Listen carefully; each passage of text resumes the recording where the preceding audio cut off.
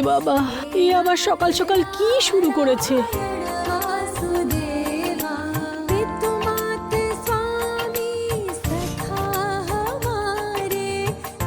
মেয়েটাকে যতটা চালাক মনে করেছিলাম, মেয়েটা তার থেকেও বেশি চালাক। সত্যি মেয়েটা সত্যি মিছিলের ছুরি। কৃষ্ণ গোবিন্দ হরে মুরারি, হে নাথ নারায়ণ বাসুদেবা। শ্রী কৃষ্ণ গোবিন্দ হরে মুরারি। আরে না, স্নান না করে তো আমি মন্দিরে যেতে পারবো না। বাসুদেবা। শ্রী কৃষ্ণ গোবিন্দ হরে মুরারি, হে নাথ নারায়ণ বাসুদেবা।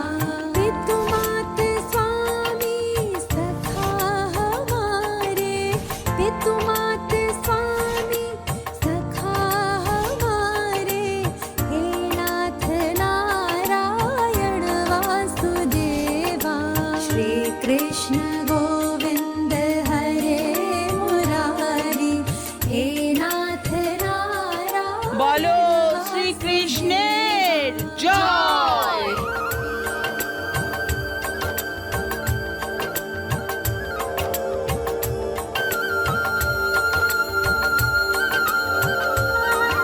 এত সকালে 6টার সময় এত সাংঘাতিক আওয়াজ করছো কেন? হ্যাঁ, পূজা পাঠ তো শান্তিতেও হতে পারে, তাই না? আই মিন, কি দরকার ছিল সকাল সকাল ঘুম থেকে তোলার? নাভিয়া, এ কিভাবে তুমি কথা বলছো? ঠাম্মা, সকাল সকাল কেউ যদি জোর করে ওঠায় তাহলে বিরক্তি তো হবেই।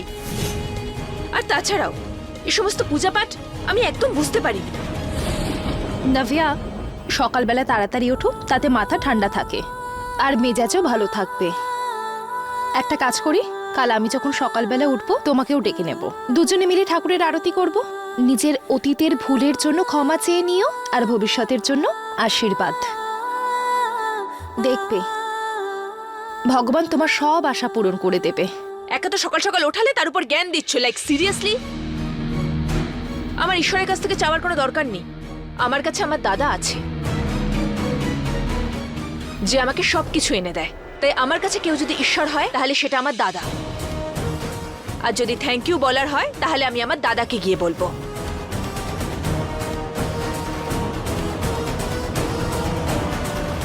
থ্যাংক ইউ দাদা, থ্যাংক ইউ ফর এভরিথিং।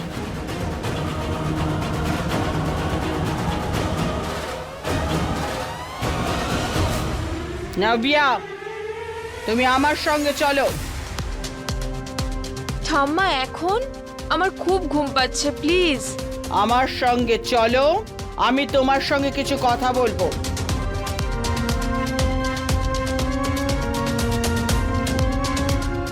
দাদা, দাদা, আমায় কথা বলতেই দাদা? হবে।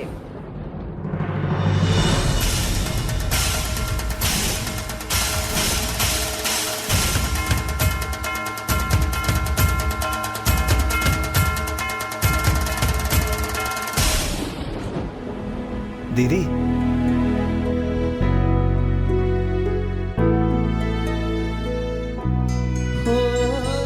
খুব খুশি মনে হচ্ছে। আমি এই জন্য আনন্দে আছি যে আমার দিদিকে আজকে খুব ভালো লাগছে। তুমি এই বাড়িতে সবাইকে আপন করে খুব ভালো সিদ্ধান্ত নিয়েছো। আমার কথা ছাড়, তুই বল যে তুই কেন লেট করে উঠলি? তুই তো সকাল 6টায় উঠে পড়িস। শোন, তাড়াতাড়ি স্নান কর, তৈরি হ আর অফিসে যা।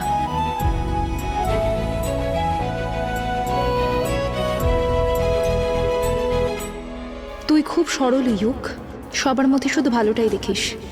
কিন্তু আফসোসের ব্যাপার এটাই যে এই পৃথিবীতে খারাপ লোকও আছে, আর আমি তোকে ওই খারাপ লোকজনদের থেকে আগলে রাখবো।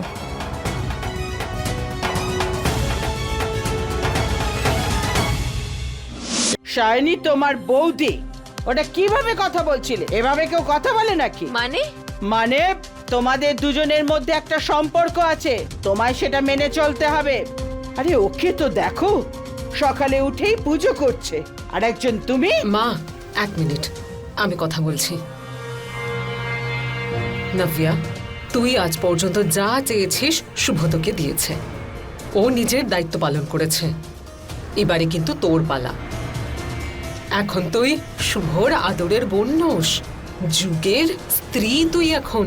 যেভাবে সায়নী তোকে মেনে নিয়েছে, তোকেও কিন্তু সায়নীকে বৌদি হিসেবে মানতে হবে। হ্যাঁ,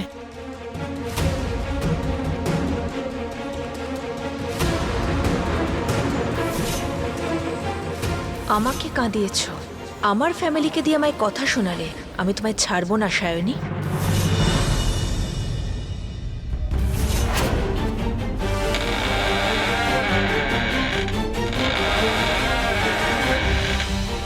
নাভিয়া, তুমি কাঁদছো কেন? নিজের দিদিকে গিয়ে জিজ্ঞেস করো, ও তো হাত ধুয়ে আমার পিছনে পড়ে গেছে। ইউ, নাভে, আমার দিদি তোমার লাইফে প্রবলেম ক্রিয়েটস কেন করবে? ও এরকম একদমই নয়। তাহলে কি আমি এরকম?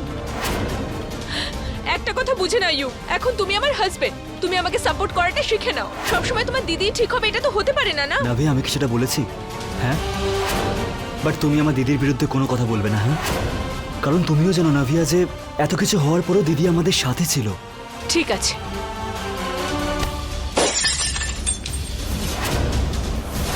নাভিয়া, এটা কিরকম ব্যবহার?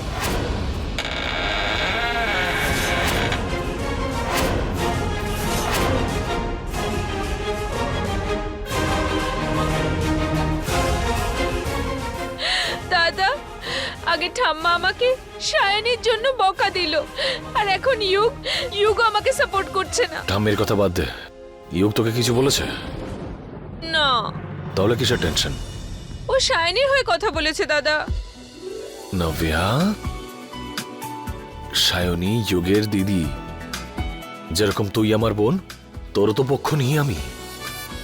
আর কোথায় গেল তোর সেই ভালোবাসা যার জন্য তুই এত পাগল ছিলি? এ তো সেই যুগ। এবার এর সঙ্গে ঝগড়া করছিস? তোদের দুজনকে জীবনে একসঙ্গে থাকতে হবে, একটু অ্যাডজাস্ট করে নে। আর দেখ, ছোটখাটো বিষয় কেউ ঝামেলা করে না। এবার দেখ, সায়নীও তো এই বিয়েটা মেনে নিয়েছে। হ্যাঁ, ওর একটা ভাবনা আছে যেটা আমরা পাল্টাতে পারবো না, কিন্তু ও যেরকমই হোক, ওকে আমি আপন করে নিয়েছি। ঠিক বললাম তো আমি? হ্যাঁ স্যার, আর আমিও খুব খুশি হয়েছি যে আমার দিদি এই বাড়িতে ফিরে এসেছে। এবার তুই বল, আমি আর সায়নী কি ঝগড়া করছি? না তো। তাহলে তোরা দুজনে কেন ঝগড়া করছিস? এবার এই ছোটখাটো বিষয় স্ট্রেস নেওয়াটা বন্ধ কর, আর রেডি হয়ে নিচে চলে আয়, ঠিক আছে? ওকে? ওকে, আর ঝগড়া নয়। ঠিক আছে।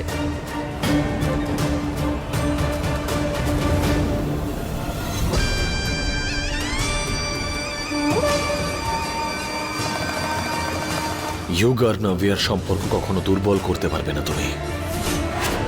কথা দিলাম তোমাকে আজকে।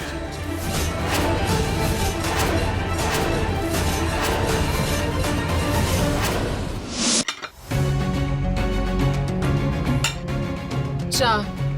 আরে কি হলোটা কি বলো তো?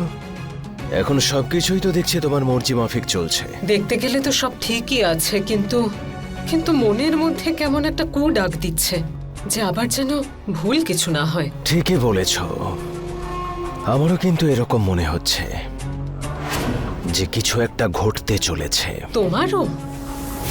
তাহলে কি করব আমরা?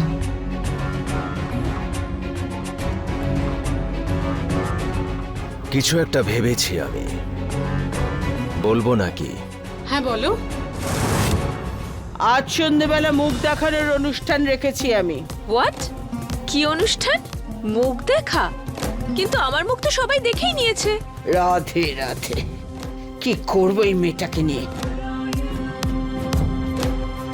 এটাই নিয়ম। বাড়ির আত্মীয়রা, বন্ধুরা, পরিবারের লোকজন সবাই এসে নতুন বউয়ের মুখ দেখে।